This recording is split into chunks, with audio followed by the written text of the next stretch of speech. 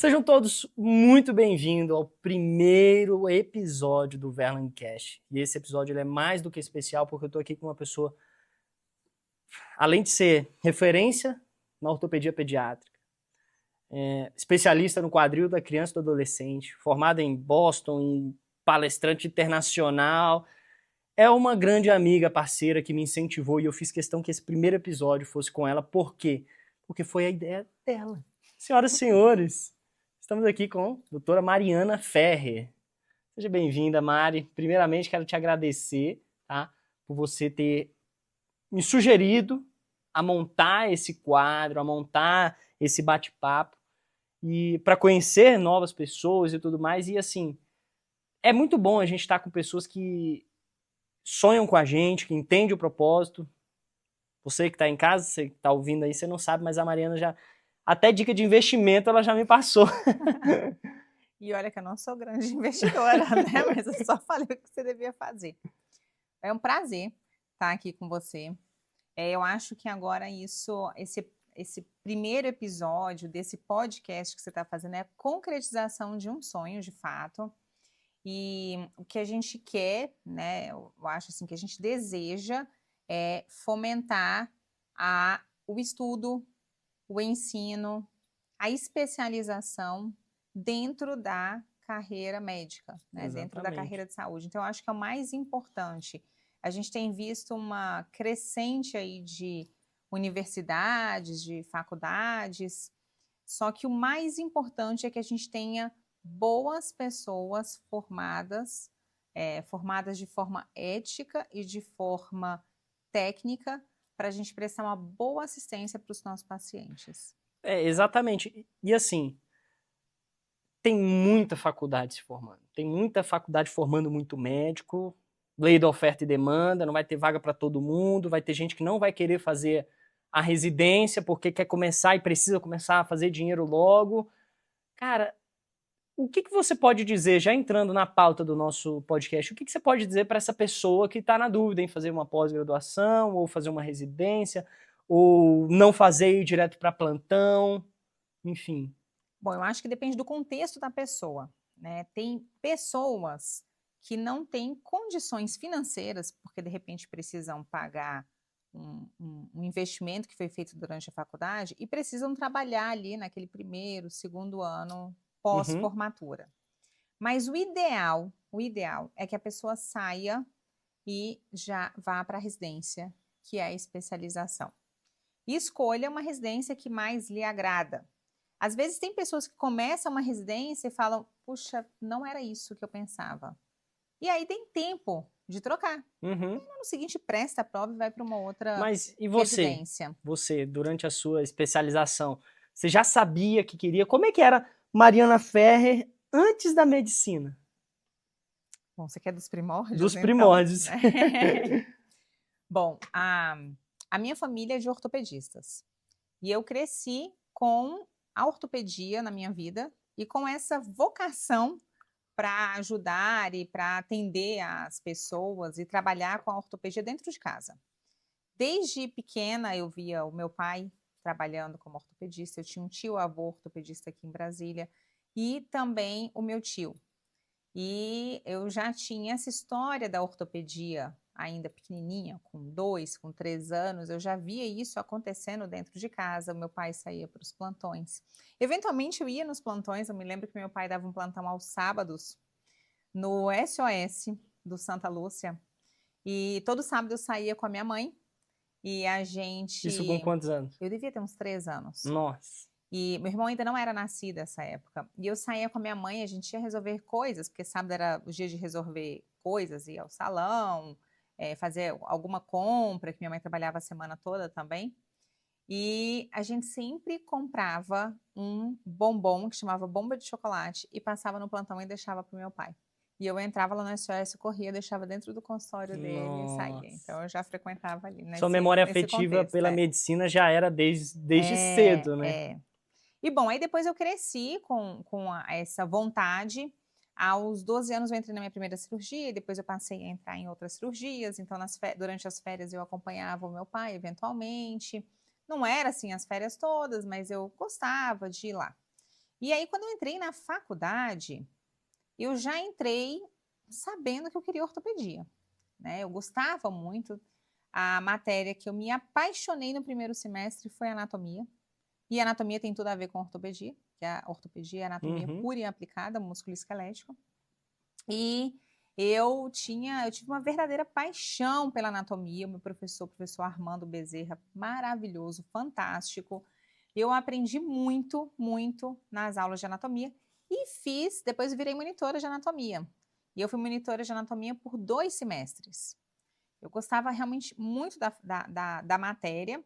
E depois eu fui fazendo outras monitorias. Então, fui fazer monitoria de patologia, de semiologia, e tudo nesse contexto do exame músculo-esquelético, enfim, eu acho que tudo se conectava, né? Sim. Quando eu estava no terceiro semestre da faculdade, em 2004, eu fui a um congresso, meu pai me levou, falou, olha, vai ter um congresso de ortopedia pediátrica, vamos, vamos. Aí foi a família toda, meu pai, minha mãe e Aham. meu irmão. E a gente foi para esse congresso em Salvador, que era um congresso que juntava a ortopedia pediátrica e um congresso da SICO, que era um congresso internacional. E esse congresso foi um divisor de águas, porque eu decidi, eu falei assim, eu gosto dessa matéria. Eu acho que eu nem entendia muito bem da ortopedia pediátrica. Eu fiquei lá prestando atenção nas aulas e algumas coisas eu acho que eu realmente não entendia tudo. E tinha um fator muito importante. A presidente do congresso, a presidente da sociedade naquela época, era uma mulher, a doutora Patrícia Fux. Aí eu já pensei, bom, tem mulheres na especialidade. Uhum. Ainda que seja uma especialidade predominantemente masculina, e naquela época era, isso 20 anos atrás, eu pensei, bom, eu acho que essa especialidade também cabe mulher, né? E eu já cresci com aquilo, para mim era muito natural que eu fosse fazer, mesmo sendo mulher, eu acho que eu nem Aham. pensava muito nisso, mas acaba que a gente se inspira quando vê outras mulheres, né? E dali eu já ficou um marco, eu falei, bom, eu gostei dessa especialidade, eu acho que é uma especialidade boa, sempre gostei muito de criança, eu sempre tive muito essa parte maternal muito aflorada, e eu falei, eu acho que essa é uma boa especialidade. Aí quando eu terminei a faculdade, eu não tinha dúvidas. Antes de você terminar a faculdade, em algum momento, tá? E isso já pensando no ouvinte que ainda tá na faculdade, tá aqui querendo uma sacada, você chegou a flertar com outra especialidade? Tipo assim, Com certeza. eu não sei se eu quero um... Com certeza. Eu tenho uma tia que é dermato. Ah, E ela, nesse tempo que eu era monitora de patologia nessa época. E ela me levou a um congresso de dermatopatologia que aconteceu aqui em Brasília. E aí eu fiquei completamente apaixonada pela vai ser dermato. especialidade.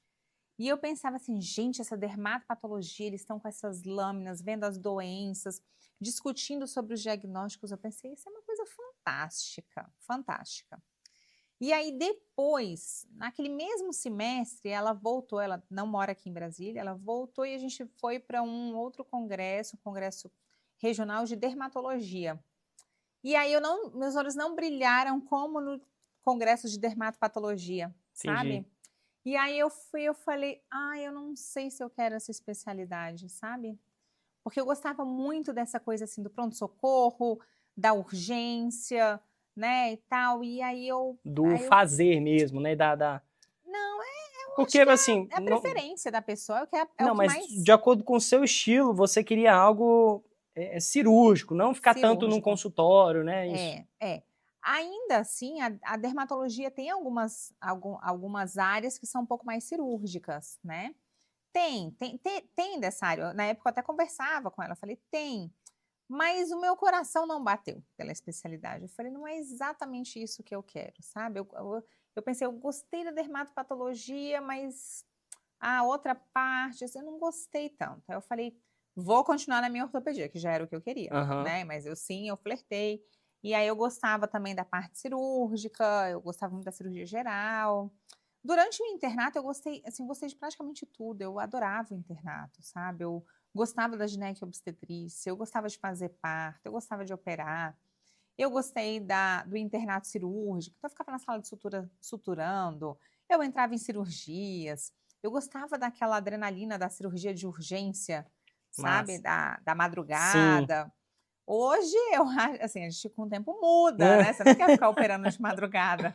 Você quer a Mas cirurgia eletiva. mas eu gostava daquela adrenalina, assim. Então, realmente, eu curti muito meu internato. Eu entrei em todas as áreas, eu entrava em tudo, tanto na parte clínica também, na parte cirúrgica. Mas eu confesso, assim, que a parte cirúrgica sempre me cativou mais. Aham. Muito Mas mais. aí entra também na questão de vocação, né? Você gostava porque você já tinha Gostava. muita vocação. Só um adendo, tá? Nessa sua história. Eu fico com uma dúvida. E para aquela pessoa que tá ouvindo aqui e fica pensando, cara, eu não gosto de nada. Eu não gosto do internato, eu tô meio perdido. E aí? Sai da medicina? É uma pergunta delicada, Uma né? pergunta delicada. Mas olha só, eu acho que durante a nossa faculdade, a gente tem que ir. Você tem que ir procurando áreas ou descartando áreas que você não goste. E se você tem alguma dúvida ou se você está querendo gostar de alguma área, eu penso que a melhor forma é você fazer estágio. Hoje você consegue entrar em contato com médicos, com hospitais, fazer estágio nas suas férias, fazer estágio durante um Uhum. período. Eu estagiei. É? Eu fui estagiária, eu passei num concurso de um estágio, era um estágio remunerado, Uau! na época na Câmara dos Deputados. Hã. E eu fiquei 1 ano nesse estágio. E eu rodei em todas as áreas lá na Câmara dos Deputados, dentro desse estágio. Então, eu fui para radiologia, eu fui para todas as áreas clínicas, na cardiologia, na reumato, na dermato, na parte da clínica médica. Eu rodei em tudo na Câmara dos Deputados, foi bem legal, sabe? E eu acho que o melhor é assim, é você viver diferentes áreas. Então, se você está na dúvida ou nem sabe o que gosta, você precisa experimentar diferentes áreas para ver. Imagina, naquela época eu já tinha a intenção de fazer ortopedia, mas ainda assim eu fui fazer um estágio. Eu falei, ai, vai que, né? Vai Assim, eu que eu me gosto de outras descubro, né, coisas assim. também, Entendi. né? Eu acho que não era preferência da minha família, hein? De repente eles queriam mesmo que eu fizesse ortopedia, brincadeira. Mas é bom você conhecer diferentes áreas e nada é desperdiçado. Nada. Nada, porque o paciente é como um todo. Eu estou atendendo o paciente que é cirúrgico, que é ortopédico, mas ele tem problema, pode ter problemas cardíacos, problemas Uhum. pneumológicos, Você tem que saber.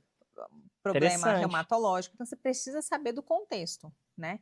E você precisa saber indicar. De repente eles falam assim, mas o que você acha que está acontecendo isso? E aí você vai, Uhum. não, então procura tal médico, né? Então eu acho que é importante você saber o todo do paciente. Mas vamos lá, então, se formou, e aí? Decidiu ortopedia pediátrica, e o que aconteceu? Eu formei, eu prestei prova de residência em alguns lugares. Eu Foi rápido passar na residência? passei de primeira, né? Passei em alguns lugares. Eu prestei prova aqui em Brasília, em Goiânia, em São Paulo, no Rio, no Into, e aí eu tinha passado em alguns lugares. E assim, logicamente, a preferência, eu queria ficar perto da minha família, eu sou bem apegada à minha Uhum. família, e eu tinha, enfim, essa preferência de ficar aqui em Brasília. Ainda que eu tivesse passado em outros serviços, que eram serviços acadêmicos, que tinham muitas publicações, e aqui era um serviço que era de menos publicação, que era de muito atendimento, assim, muito serviço mesmo. E aí eu ficava sempre ponderando, assim, porque não existe a residência perfeita, existe aquela residência que você escolhe, que você vai se Uhum. adaptar àquela Sim. residência, né? Você não precisa também se ficar se martirizando e ficar assim se cobrando, porque nunca vai ter uma residência que é 100% perfeita. Mas eu fui muito feliz com a minha escolha. Eu cheguei a cursar residência fora, né? Enfim, na época que eu prestei prova aqui em Brasília, houve uma fraude, o concurso foi cancelado. Nossa. E aí nessa época, eu passei na UFG em Goiânia, eu já tinha recusado o Sul São Paulo, tinha recusado o INTO. E aí eu falei, bom, então eu vou para Goiânia, que é aqui próximo. E aí eu comecei lá, foi muito bacana, muito bacana. O hospital universitário, éramos 3 residentes, era muito trabalho, muito trabalho. A gente chegava no hospital entre 4h30 e 5 horas da manhã para passar os pacientes, para prescrever os pacientes. Caramba. E aí ia para o centro cirúrgico, ia para o ambulatório, chegava em casa 9 da noite, 10 da noite, tinha que estudar e preparar alguma coisa, eventualmente chegava mais tarde e, de De novo, novo no 4h30, 5 horas dia. da manhã eu já estava no Sem hospital vendo folga. paciente. Sem folga, então era puxado. Puxado. Quantos Mas, anos nisso aí? bom, eu fiquei só um mês lá, porque daí eu voltei. Aí que aconteceu? Que houve um novo concurso aqui em Brasília, eu passei e voltei para Entendi. Brasília. Mas era uma residência muito boa também, e foi bom, eu fiz amigos lá, então foi muito bacana. E eu acho que tudo que você vive vem pro bem, né? Uhum. E aí, bom, aí eu fiz residência aqui em Brasília, no hospital de base, e na época o meu pai era lá do hospital de base, então ele foi meu preceptor staff, né? O meu pai, o meu tio e o meu primo. Agora eu preciso perguntar. Seu pai, como seu preceptor, ele pegou leve, pegou mais pesado? Como é que foi isso aí? O que? Ele chegava já no plantão assim, aí, e já ia atendendo o paciente, o que tem para operar, e vamos. Não tinha folguinha, não, nem meu pai, nem meu tio, nem meu primo. É que nem é hoje, né? Não, é que nem hoje. É que nem hoje. Você já chegava no agito, no plantão já tinha que estar assim, pronto, já ia atendendo os pacientes, já preparava o paciente para operar ali em seguida e Sim. Não, vai que vai. só contextualizar para você que está assistindo, está ouvindo. Os Ferrer, aqui em Brasília, eles são ultra conhecidos porque eles vivem no centro cirúrgico. E é uma família de ortopedistas e é referência em Brasília. Você falou em ortopedia em Brasília, você vai conhecer algum Ferrer porque sempre está atendendo, sempre consultório lotado. É, assim, é um espetáculo, é um espetáculo. Mas e aí, vamos lá. E bom que você falou assim no Ferre, essa semana eu estava conversando com meu pai e o meu tio, e eles disseram uma coisa interessante, que a palavra não existe no dicionário deles. Caramba.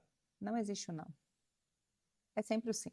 Eles vão sempre estar trabalhando, eles sempre vão atender o paciente, eles vão sempre ajudar o paciente. Isso é vocação, né? Então, isso é vocação, né? Bom, então, durante a residência, quando eu estava. E aí eu já aspirava, então, desde a faculdade, a ortopedia pediátrica. Quando eu estava no R3, eu fui fazer estágio em alguns locais do Brasil. E existem muitas residências boas no Brasil de ortopedia pediátrica. E foi muito bom, porque aí eu vi diferentes cenários em diferentes cidades, foi muito legal. E aí eu optei por fazer a residência em Curitiba, no Hospital Pequeno Príncipe. E lá eu fiquei um ano fazendo o que a gente chama de R4, que é a subespecialidade em ortopedia pediátrica. Uhum. E um hospital fantástico, Pequeno Príncipe, com chefes também assim fabulosos. O doutor Cunha é o nosso chefe, e a residência era muito bem, a engrenagem da residência era muito bem feita, muito bem coordenada pela doutora Dulce, junto com o doutor Luiz Eduardo, doutor Edilson, Carlos Aguiar, Ana Carolina e outros. Desculpe se eu estou esquecendo alguém. Mas, assim, foi uma residência fantástica e eu tive colegas muito bons. A gente disse que foi, assim, até hoje a gente fala assim, que o nosso ano foi o melhor ano, dos melhores residentes, só para, né, puxar o nosso saco. Mas o nosso grupo de residência, assim, ele era muito engrenado, sabe? Assim, no Sim. saber, no Tinha conhecer. sinergia, né, de Tinha trabalho. sinergia de atender os pacientes em conjunto nos ambulatórios. O ambulatório do SUS do Pequeno Príncipe é muito cheio, é muito paciente. Então, a gente tinha aquele sinergismo de atender os pacientes e fazendo o tratamento, ia para a sala do gesso, ia para o Mas vamos lá. consultório. Então, entrando nesse assunto do Pequeno Príncipe, me conta algum caso, o caso mais desafiador que vocês como equipe atenderam lá no R4. Bom, eu posso falar como residente, eu não sou a staff, né? Tá. Mas, assim, são vários casos, assim, né? A gente teve caso, por exemplo, de infecção óssea, da osteomielite, que é uma infecção que pode vir circulando pelo sangue e ela se aloja em algum local. Então, a gente teve alguns casos bem desafiadores de osteomielite, incluindo osteomielite por tuberculose, que às vezes o diagnóstico é bem difícil. Foi muito interessante. Dos casos que mais me marcaram, assim, que foram mais chocantes, que não necessariamente a gente entrou com tratamento, mas que eu fiz o primeiro atendimento, foram casos de maus tratos infantis. Eu acho que é um caso que sempre marca muito a gente, né? A gente fica muito chocado de atender uma criança que foi maltratada fisicamente pelo pai, pela mãe, pelo cuidador. Sim. Então, assim, marca muito. Eu tenho a memória viva até das lesões, dos tipos de escoriações que tinha o bebê que eu atendi, a criança maior que eu atendi. É bem chocante, assim, quando a gente pensa nisso. Isso me marcou muito porque daí eu comecei a criar um contexto, assim, uma forma de avaliar o paciente que chega no pronto-socorro para se chegar com alguma lesão suspeita, eu, né, saber Sim. tratar, saber como fazer. Teve também alguns casos, assim, de displasia do quadril, a deformidade do quadril. Foi aí que você despertou para displasia, falar, cara, eu adoro quadril. Porque hoje você é a referência máxima aqui em Brasília no quadril. Então, Eu sempre gostei da especialidade do quadril. Quando eu estava na minha residência, e eu já havia decidido pela ortopedia pediátrica, ainda me batia uma dúvida se eu faria a subespecialidade de quadril, ao invés de ortopedia pediátrica. Hoje eu penso que eu poderia ter feito as duas, o quadril e a ortopedia pediátrica, e que foi o que eu fiz, né? Então eu fiz a ortopedia pediátrica e depois eu embarquei em mais um ano de subespecialização do quadril, na verdade de cirurgia reconstrutora do quadril da criança, adolescente, adulto, jovem. E eu acho que são coisas que se complementam. Então, na verdade, quando a gente está pensando em articulações na criança, no contexto, quando a gente estuda mais sobre determinado assunto, a gente, não é que você vai se tornar ultra especialista, mas você vai entender melhor aquela doença, entender melhor aquela articulação. E esse melhor entendimento, obviamente, você consegue fazer o melhor tratamento, né, para o exatamente. paciente. Mas vamos lá. Você foi pro Pequeno Príncipe, mas eu, por te conhecer bem, você não parou aí, né? Ah, não, parei. Vou relaxar um pouquinho. Relaxar também não tá no seu vocabulário, né? Quando eu fui para. Quando eu fiz a subespecialização em ortopedia pediátrica no Pequeno Príncipe, o que eu vivenciei lá foi que todos os staffs tinham uma subespecialidade dentro da pediátrica ou ficaram um tempo, a maioria deles nos Estados Unidos, fazendo uma subespecialização. Alguns 6 meses, alguns de 1 ano. Então, o que eu via é que eles tinham esse plus, né? Isso que era um fator a mais. E logo que eu terminei a minha subespecialização, eu já embarquei para Dallas, né? Eu nem comecei o atendimento aqui, eu nem tinha voltado para Brasília e começado o atendimento. Eu embarquei para Dallas e eu fui para um hospital de ortopedia pediátrica, um hospital que tem as grandes publicações, que tem o nosso principal livro-texto, que é o livro do Tadian. E lá o Dr. Herring é o chefe, era o chefe, e eu acho que é o eterno chefe de todos. E ele conduzia o hospital de forma, assim, genial. É um hospital só de ortopedia pediátrica, que também atende, enfim, afins de neurologia, de pacientes que são conduzidos juntamente com a ortopedia, e que ele trata as deformidades. E um hospital com muitos leitos, um volume enorme de pacientes e de cirurgiões, um hospital muito rico em Dallas, que é o Scottish Rite. E lá eu pude aprender ainda mais sobre o tratamento das crianças. E quando você sai da residência, você ainda não tem aquela visão crítica absoluta sobre o atendimento, porque você vivenciou pouco, né, eu penso. Mas lá eu já consegui ter uma outra visão sobre o atendimento. E o mais legal foi que eu vi que o que eu tinha aprendido no Pequeno Príncipe era exatamente o que eles faziam lá, Que sabe? massa. Então, você só reafirmava que tudo que você tinha aprendido era realmente assim, o que era feito com excelência no hospital de excelência. Então, foi muito legal o tempo que eu passei lá. A cidade é ótima, o hospital é fantástico, a gente aprende a tratar melhor o paciente. Então, foi uma experiência muito, muito boa, muito rica. Analisando todo esse contexto, desde o seu início da formação, todas as especializações, centenas de congressos que você liderou, participou, qual é a sua interpretação sobre a medicina? A medicina mudou, o jeito de formar médicos mudou. Qual a sua percepção sobre esse assunto? Eu acho que a medicina não mudou, e se ela mudou, ela mudou. Não, vou mudar aqui, né? A medicina ela muda e muda para melhor, ela muda para ser cada vez mais especializada, certo? Mas a essência da medicina é ajudar o paciente. Certo. Hoje a gente tem muitas ferramentas para ajudar, assim, na ferramenta diagnóstica, a ferramenta de tratamento, e tudo muda, né? O mais importante que eu acho hoje em dia para o médico que está formando é fazer a subespecialização. Porque no contexto da subespecialidade, você vai conseguir tratar melhor o paciente. E mesmo dentro da subespecialidade, a gente está em constante atualização. É o tempo todo. É uma técnica cirúrgica que sai nova, é o material que a gente usa novo. Se você vai para uma área clínica, é uma medicação nova que sai, que você vai usar no seu paciente. Então, na medicina, tudo muda, tudo está em constante transformação e você tem que acompanhar, porque senão você fica obsoleto, você fica para trás. Né? Se você não aprende a fazer as técnicas cirúrgicas, se você não aprende a usar o material, você fica para trás, para trás. E é essencial que você tenha hoje em dia para atender os pacientes, especialmente para ficar em grandes centros, em grandes cidades, ter a subespecialização. Hoje tem uma parte do pessoal que está formando, porque tem muitos médicos se formando, e não está fazendo especialização. Ficou ali só com a graduação, né? O que você acha que vai acontecer com esse pessoal futuramente? Porque a gente sabe que tem um limite, né?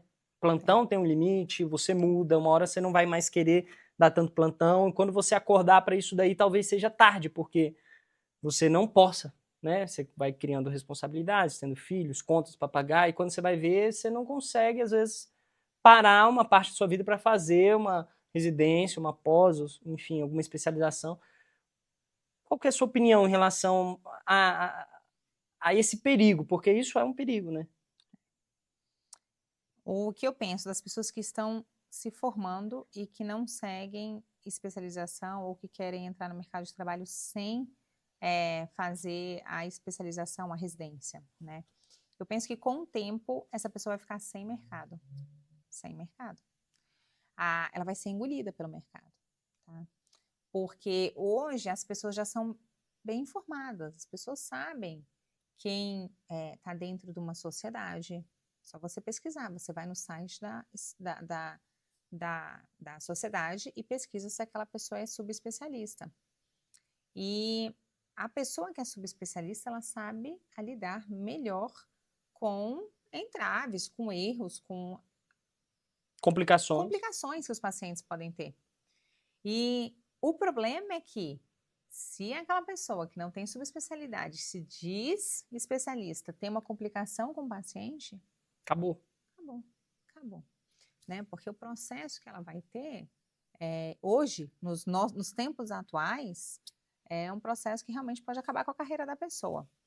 Mas eu acho que, com o tempo, as pessoas que não fizeram subespecialidades vão ser engolidas pelo mercado.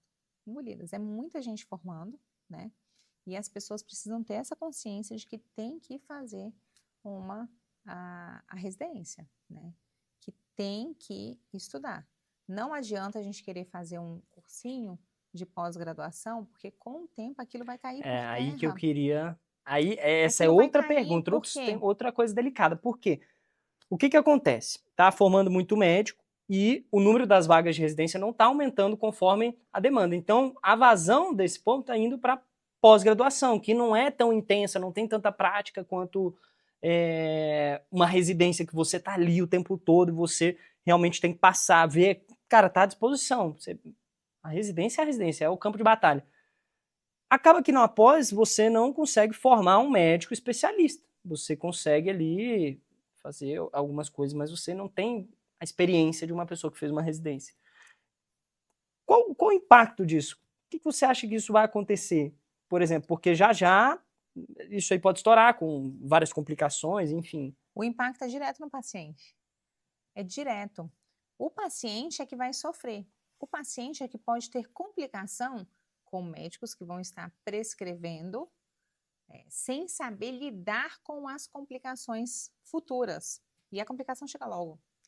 E o paciente que sofre com aquilo, às vezes ele nem sabe que está sofrendo com aquilo por causa do médico que não é subespecialista, né? E quando a gente faz a subespecialidade, a gente, como eu já falei, a gente sabe lidar melhor com complicações. você está em constante atualização ali dentro da sua especialidade, você tem um apoio da sociedade de onde que você pertence, Uhum. né? E é diferente para o paciente. E a gente tem que conscientizar mais que os pacientes procurem médicos que tenham boa formação, para que não sofram, porque a gente sabe que algumas complicações podem ser fatais. O impacto é direto no paciente, né? Não é nem na gente, só o médico. Acho que o pior é o impacto no paciente. O paciente é o principal. O que acontece também? Às vezes, mesmo sem ser especialista, eles se posicionam como especialista e ainda investem muito em marketing. Então, o que eu, como especialista da área de marketing, eu posso falar com propriedade? O que eu estou vendo? Os médicos mais bem formados, com qualificações, muitas especializações, não vão para o digital. Por medo, receio, por achar que isso... Porque quem está se posicionando geralmente é o charlatão. É o médico... A gente brinca, é o médico do jaleco preto, né? Do cintão, né? Então, assim, o que acontece? Você acha vergonhoso se posicionar na internet? Por que os especialistas não vão para a internet produzir aquele conteúdo informativo? Porque o médico ele não pode ser vendedor, ele tem que ser uma espécie de professor, ele tem que educar, e é isso que eu prego com todos os meus clientes. O médico charlatão, ele vende, ele tá ali, ele tá fazendo um trabalho que o médico que é especialista, ele não tá fazendo. Eu acho que o médico que tem boa formação, o médico que é mais catedrático, o médico que tem a especialização, que está posicionado dentro de sociedades, às vezes ele tem um pouco de vergonha de aparecer na internet mesmo. Sim, isso é verdade. Tem resistência, né? Tem a resistência. Mas o problema é que se a gente não se posicionar, a gente vai abrir espaço para que outros apareçam e talvez aqueles outros que aparecem, que se destacam, são pessoas que não têm a formação adequada, né? E a gente precisa começar, na verdade, a gente já tinha que ter começado a se posicionar, né? A aparecer mais. Então, às vezes um médico que tem o maior número de publicações no PubMed, por exemplo, que é o estrela do PubMed, ele nem está na rede social, né? Então é um médico assim com uma formação belíssima, que sabe muito, mas que não aparece na rede social, né? Eu acho que isso é um problema, porque a gente tem que começar a se posicionar de forma adequada, claro, né? E o paciente ele vai se identificar, mas a gente tem que criar um vínculo de marketing, a gente tem que divulgar o nosso trabalho. Há formas boas de divulgar o nosso trabalho, formas adequadas, né? Que não sejam assim muito agressivas, digamos assim. Você não pode ser vendedor, né? Eu sou contra aquele tipo de médico que posta agenda aberta. Vem, como se fosse vendendo um produto de vem, tô... Você tem que mostrar o seu trabalho, porque o que tem acontece? Que ser um marketing de conteúdo. Exato. Porque o paciente vai atrás do médico sabendo que ele trata aquela doença, que ele trata aquela patologia. Então, quando a pessoa sabe, não, aquele médico é especialista mesmo, ele trata aquelas doenças, então ele vem atrás. Sabe o que eu percebi? Eu percebi que muitas vezes, além da prospecção, de captar novos pacientes, a rede social com conteúdo, com marketing de conteúdo, ela também serve de apoio para aquele paciente que passou pela consulta, mas ainda ficou com alguma dúvida. Então, se uma mãe com displasia, com um filho com displasia do quadril, passou por uma consulta, mas ela, cara, o que foi mesmo que aquela doutora falou? Ela entra na tua rede social, ela vê tudo. Ela tem uma degustação do que é a sua consulta, do seu conhecimento, das suas especializações, de quem é você. E também, a rede social também não pode ser só, ela não pode ser só conteúdo e marketing, ela também tem que ser um pouco da sua essência. Tem que ser você como mãe, porque as pessoas elas seguem pessoas, não seguem empresas. Então você não pode ser tão institucional assim, é isso que eu acho que esse médico ele não entende. Acho que essa barreira dele com o marketing, com o digital é essa. Ele ainda está achando que vai acontecer dele voltar lá para o passado e não, a internet vai deixar de existir, eu não preciso estar ali e tudo mais, e acontece que não tem volta. Eu não acredito que tenha volta. Você não precisa ficar expondo a sua vida o tempo inteiro, você não precisa expor a sua casa, sua vida pessoal, não é isso. Mas você tem que se mostrar como pessoa que vive, né? Que tem a sua família. Então eu, por exemplo, eu opto por não expor minha família na rede social. Mas as pessoas sabem que eu tenho Sim. família. Porque, até mesmo porque eu trabalho com minha família. Quer dizer, eu não exponho. Claro que eu exponho, né? Minha família tá lá o tempo todo. Mas eu mostro, eventualmente, uma coisa ou outra do meu dia com a minha família, mas eu mostro muito mais da minha profissão, né? Que é Uhum. o meu foco na minha rede social. Mas sim, as pessoas sabem que eu tenho família, né? E Sim. eu me posiciono como uma... E às vezes até na consulta eu falo, por exemplo, eu estou consultando uma pessoa, a criança, eu dou o diagnóstico, e às vezes eu falo assim, se fosse meu filho, eu faria isso, Cara, isso é né? massa, porque é parte Porque humana, eu né? sempre me coloco na posição da mãe, do pai, na posição do paciente. Então eu penso assim, se fosse meu filho, eu faria isso. Eu quero o melhor para o meu paciente, né? Então, tanto nos diagnósticos quanto nos tratamentos. Então eu sempre me posiciono muito, como eu tenho empatia, assim, de me posicionar junto àquela No lugar família. da. Uhum. E deixa eu te perguntar, desde que você começou no digital a produzir esses conteúdos, desde que você começou o trabalho comigo, mais especificamente, você sentiu alguma diferença? Como é que foi essa transição? Porque eu sempre fiquei no seu pé, né? Sempre fiquei, cara, vamos fazer isso, vamos fazer aquilo, vamos gravar. Diversas vezes a gente aqui no estúdio, vamos até noite, vamos lançar um curso, vamos isso e aquilo. Qual foi o impacto desse trabalho na sua rede social, na sua vida, enfim? O impacto da gente trabalhar junto, né, com a cabeça que pensa com o marketing e a cabeça que pensa com a medicina, foi direto, assim, eu acho que é fantástico você ter uma pessoa de fora da medicina, pensando junto com você. Porque o que você traz, os insights que você traz são, assim, são muito interessantes. E no início, aí a gente tem que podar um pouco, né? Porque Aham, no início quem faz o marketing quer fazer uma coisa grandiosa, pensa diferente. Você foi mudando com o tempo com o seu certeza. pensamento. E eu também mudei, né? Para poder divulgar isso, aquilo. Então, eu acho que a gente criou, assim, foi criando um sinergismo. E eu nunca quis colocar na minha rede social uma coisa como se fosse assim, engessada, Uhum. né? Ó, engessada do ortopedista. Eu não queria colocar alguma coisa que parecesse que era institucional ou que alguém estava criando, Aham. né? Eu queria uma coisa mostrando, eu queria assim, eu não tenho um feed harmônico, não tenho, Não, eu e também não nunca liguei tenho a pra isso. Isso aí intenção de não. ter, porque eu sou uma pessoa, então se eu fui a uma festa, se eu fui a uma palestra, se eu fui a um congresso, eu tenho vontade de postar, eu posto, porque eu sou uma pessoa e estou ali postando, se eu estive numa cirurgia, se às vezes tem um corte de podcast que eu quero postar, eu posto.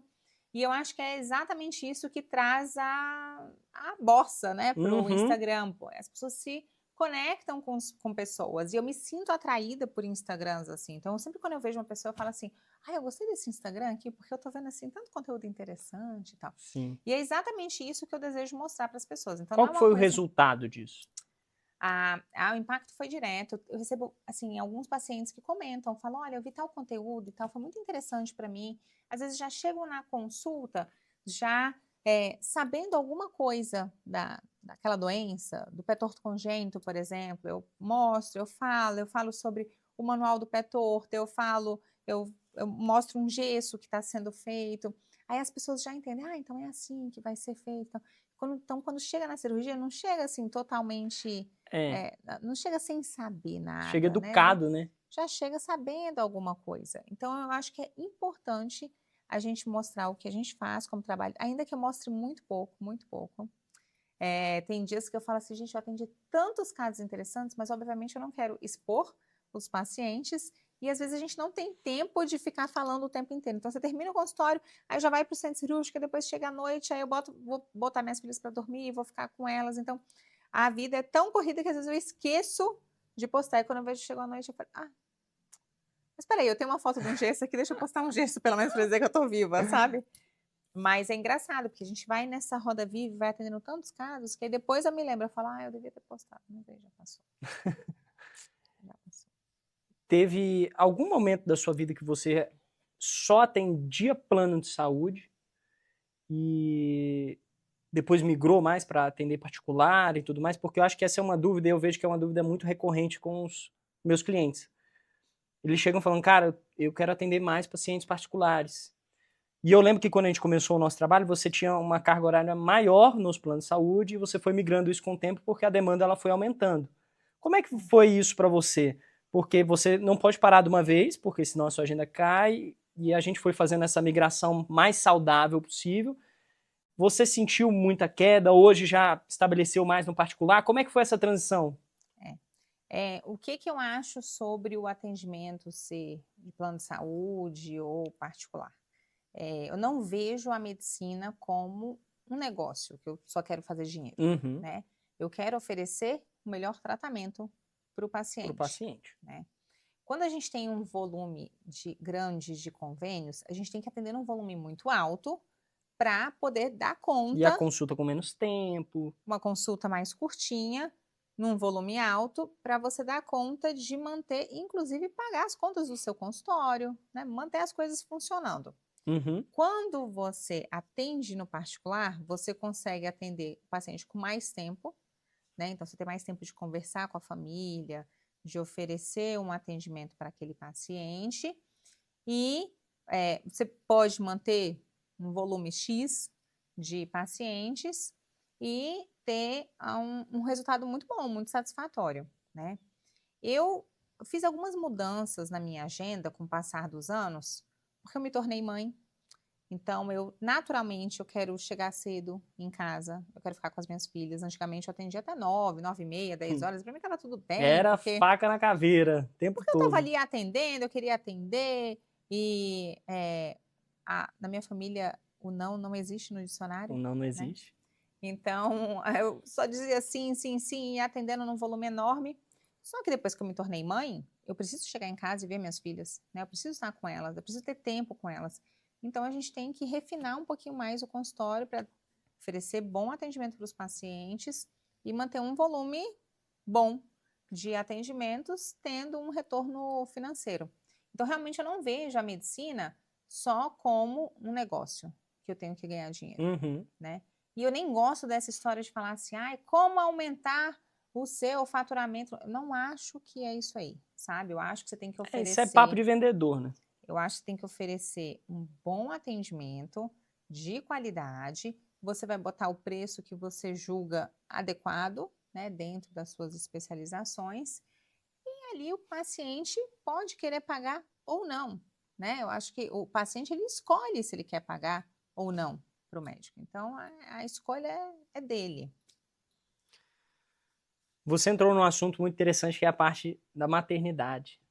Ser mãe, que mudou sua rotina, mudaram os seus horários de atendimento. Como é que hoje você concilia, né? Porque suas filhas são menores, como é que você concilia a sua agenda para você, porque assim, ainda assim você ainda opera muito, né? Você está sempre ali fazendo muitas coisas. Como é que você concilia essa parte? O que você pode passar de sacada para quem está ouvindo a gente, que quer ser mãe um dia e que quer ter isso, mas está com medo de não dar conta, por exemplo? Você não dá conta. Você não concilia, as coisas acontecem. Esse é o Essa é a conselho. verdade. Esse é o conselho. Então, a maternidade, ela traz muitas coisas boas para nossa vida, mas é uma loucura. É uma loucura, você não dá conta, assim, você trabalha, você está sendo mãe, você está fazendo 1000 coisas ao mesmo tempo. É como se você estivesse tentando equilibrar os pratos e tem prato caindo junto, Uhum. sabe? E é engraçado porque a gente conversa entre mães, entre amigas mães, que também trabalham, e é uma loucura para todo mundo. Tá todo mundo correndo, a vida tá sempre muito agitada com as crianças. Mas o que eu penso da maternidade? A maternidade sempre existiu para mim, tá? Então, eu nunca pensei em não ser mãe.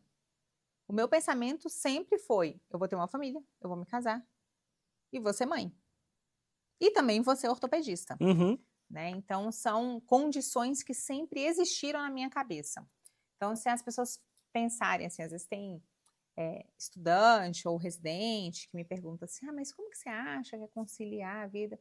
Aí eu penso assim, eu nem sei se eu pensei nisso. Eu não pensei nisso quando eu escolhi a minha especialidade cirúrgica. Eu não pensava. Eu pensava que tudo ia acontecer e para mim era natural que isso acontecesse.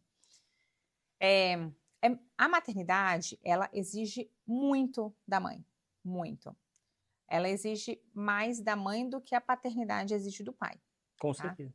Então, sempre tá o manhê, manhê, manhê. Porque a gente se dedica muito aos filhos desde o primeiro momento. Desde o momento que o bebê nasce, ele tá ali grudado em você. Que amamente ou não amamente, você vai passar lá aqueles primeiros meses grudada no bebê e depois, para quem trabalha, vai voltar a trabalhar. E voltar a trabalhar é um desafio.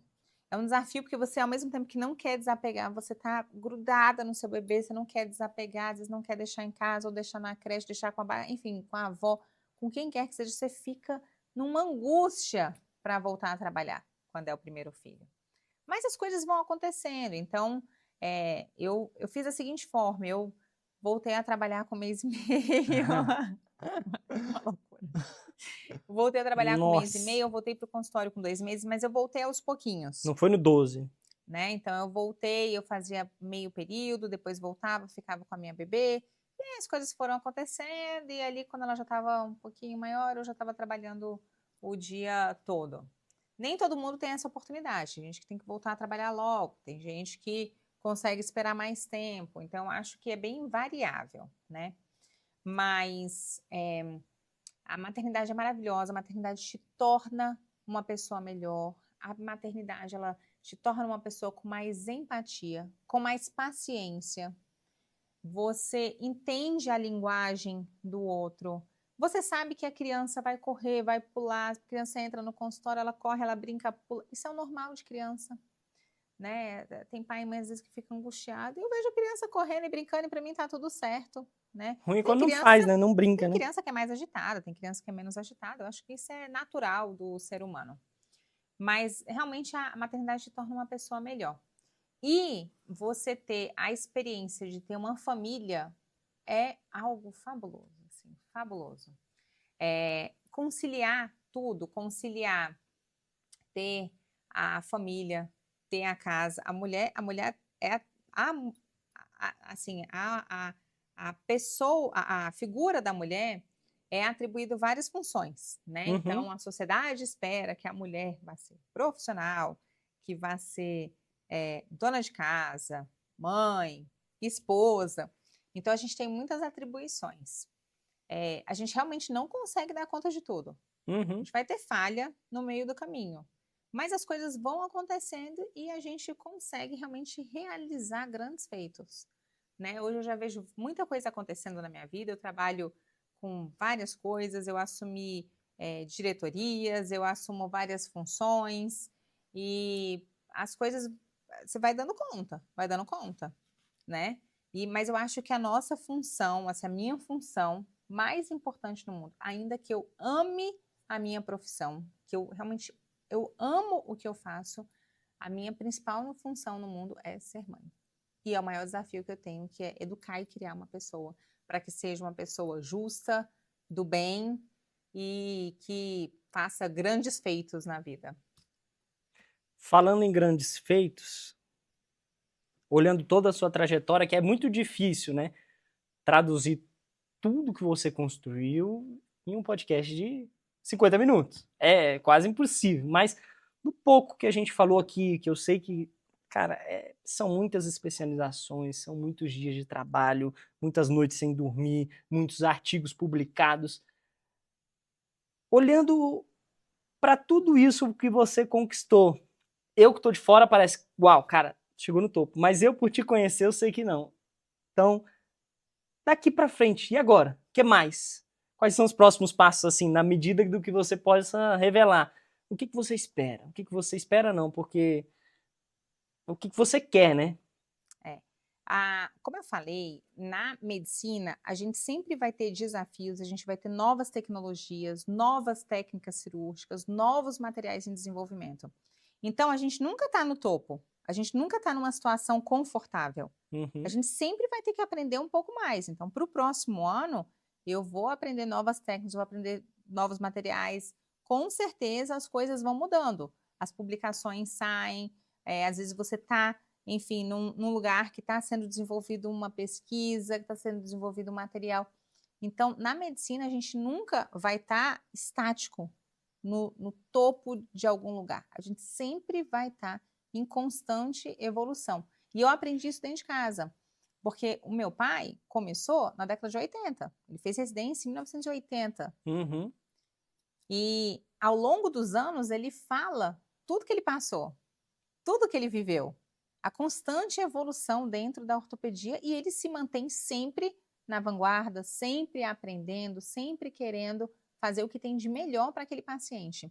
Então a gente sabe que realmente a gente nunca vai estar estagnado e falando, nossa, eu cheguei aqui, eu estou bem. A gente nunca vai estar numa posição de conforto. E eu nem acho que a gente pode estar numa posição confortável. Então, eu estou sempre me desafiando a fazer algo mais, né? E eu acho que esse algo mais envolve também você se mostrar. Então, eu como mulher, eu acho que eu tenho um papel também social, junto a estudantes, junto a residentes, junto a outras mulheres que desejam ser médicas, que desejam ser ortopedista. Eu acho que a gente também cumpre esse papel social.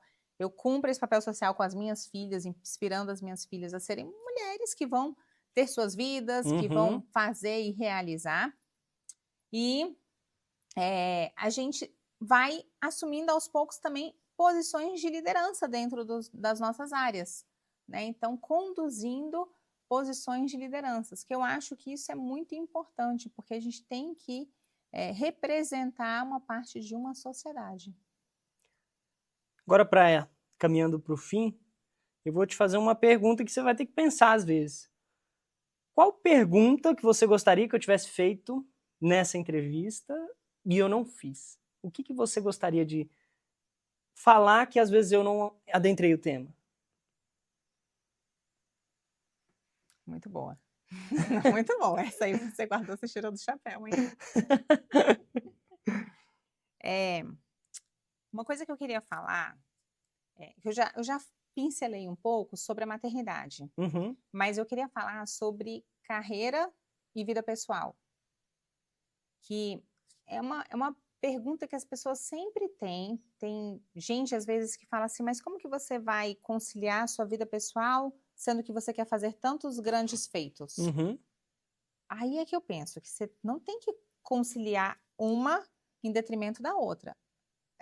Você é uma pessoa por inteiro, então você vai ter a sua vida pessoal, você vai ter a sua vida pessoal, a sua vida privada, né, particular. Você vai ter o seu casamento, você vai ter filhos ou não, você vai ter a sua casa e você vai ter também a sua profissão. Eu acho que são coisas que caminham em conjunto. Eu nunca tinha pensado sobre isso, sabe? Até pouco tempo atrás. Para mim sempre ocorreu de forma natural, porque eu via isso em casa, né? Então eu via tanto meu pai quanto minha mãe trabalhando, tinham vida, tinham filhos, as coisas aconteciam e tudo acontecia junto. Hoje eu vejo que realmente a vida da minha mãe foi um desafio, conciliar o trabalho, ela trabalhava o dia todo, com criar, né? Criou muito bem eu e meu irmão. Ter essa vida equilibrada é muito difícil, né? Mas eu acho que sim, é possível. A vida está cada vez mais acelerada. A gente está correndo o tempo inteiro. A sensação que eu tenho é que eu estou correndo contra o relógio o tempo inteiro. Mas a gente vai conciliando essa vida pessoal e profissional. E as coisas acontecem em sinergia, né? Por exemplo, ano passado, eu fui passar um tempo na Mayo Clinic, que é um hospital muito bom, é considerado o melhor hospital dos Estados Unidos. E eu levei minha família toda para um local, para Rochester, que fica bem ao norte dos Estados Unidos. Estava nevando, estava frio. E é uma cidade pequena, que vive basicamente em função do hospital. E eu levei minha família toda para passar lá os dias que eu ia ficar na Mayo Clinic. E a gente vai se divertindo junto, né?